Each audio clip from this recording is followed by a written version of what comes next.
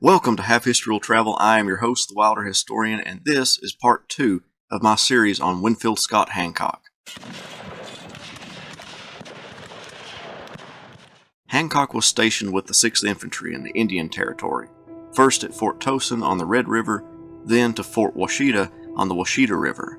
During this time, in what was called the Permanent Indian Frontier, relations between whites and Native Americans were comparatively calm, mainly because there was no large influx of migrants traveling through that region that would have created friction and thus caused conflict to emerge.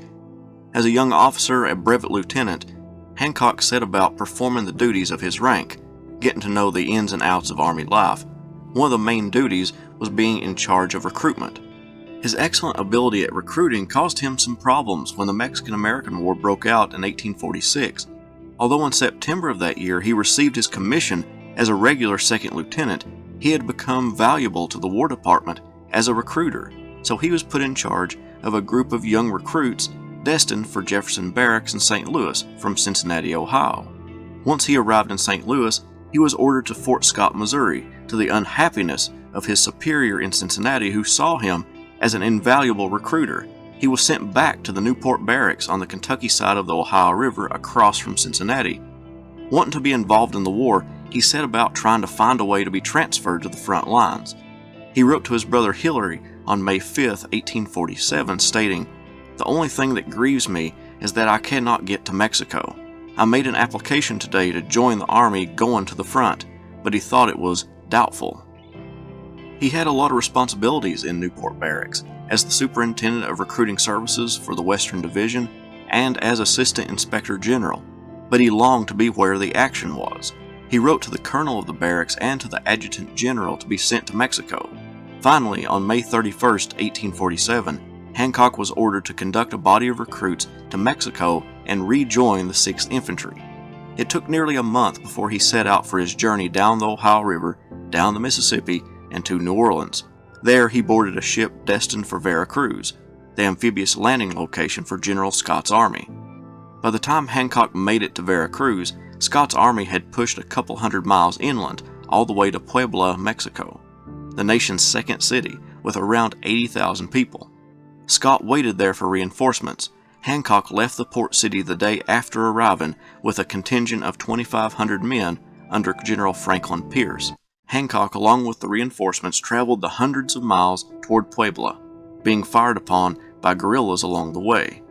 It was a brutal march, but the contingent arrived in Puebla on August 6th, bringing Scott's army to a little more than 10,000 men. The very next day, Scott moved out his army toward the capital city.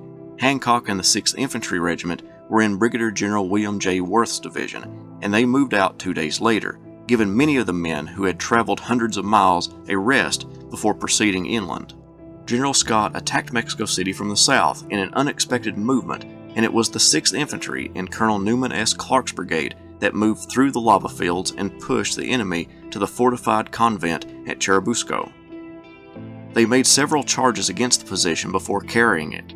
Hancock sustained a minor wound that he didn't even notice in the thick of the fight. The baptism by fire experienced by Hancock was a pleasant experience for the young man. He thoroughly enjoyed combat.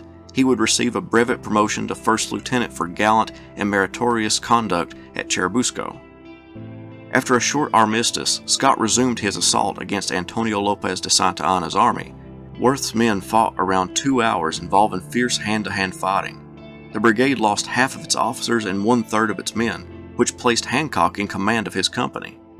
The final push against Chapultepec was made on September 13th, but Hancock was lying in his tent, sick with chills and a fever. However, once he heard the sound of battle, he emerged from his tent. "Wrapping my blanket around me," he wrote, "I crept to the top of the roof of the nearest house and watched the fight, and had strength enough to cheer with the boys when the castle fell." By the time Scott's army marched into Mexico City, Hancock was back in the ranks. With the capital captured, the army stayed in the city for 9 more months as negotiations transpired. While the army settled into their new location, friendships emerged as each man had more time on their hands. He quickly made friends with the new commander of his company, First Lieutenant Louis Armistead, and the other officers of his regiment include Lieutenant Edward Johnson and Simon Bolivar Buckner. A new second lieutenant joined the regiment, a Virginian named Henry Heath. Armistead, Hancock, and Heath were messmates, and as Heath stated, never was a mess happier than ours. Heath and Hancock became close friends, especially when Heath found out that the ladies of Mexico were infatuated with Hancock. Heath, to gain attention from the ladies, stuck close to the side of his messmate. Heath stated Hancock was then a magnificent specimen of youthful beauty, as he afterwards was of manly looks. He was tall, graceful, a blonde with light hair, the style of all others that at once captivated the Mexican girls. Heath admitted, I owed my invitations to Hancock, with whom these senoritas were in love. After a few months of being in the capital, Clark and his men were ordered to the south to help collect taxes.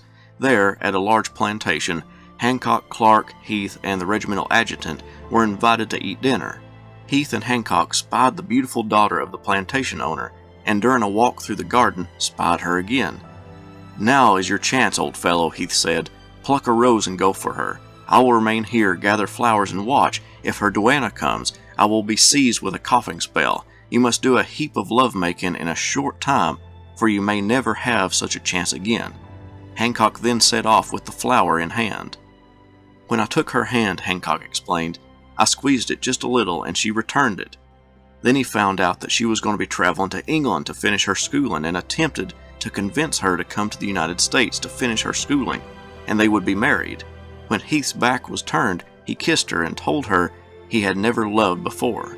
Hancock came back to Heath. He relayed the story to the Virginian, and Heath replied, How could you have told such a story? I know you have said the same thing to half a dozen girls in the city of Mexico, and God knows how many in the States.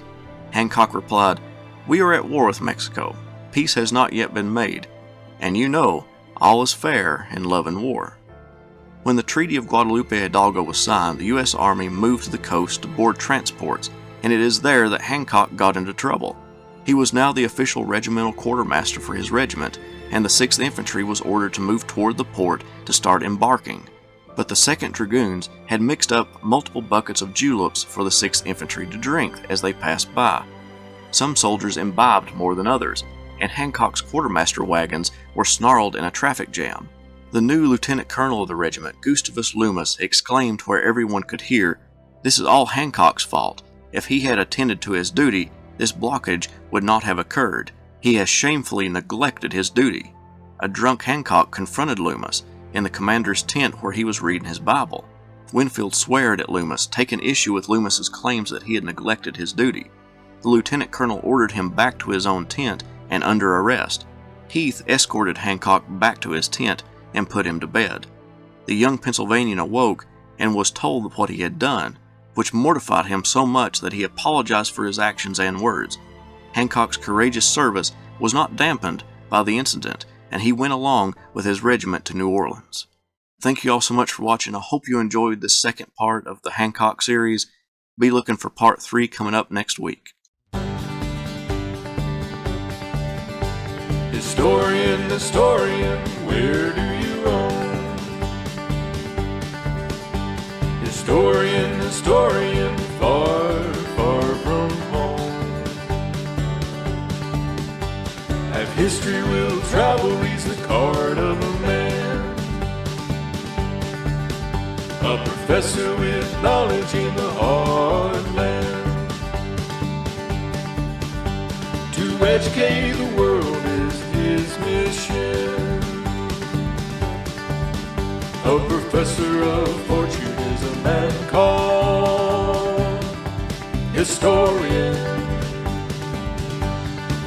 historian.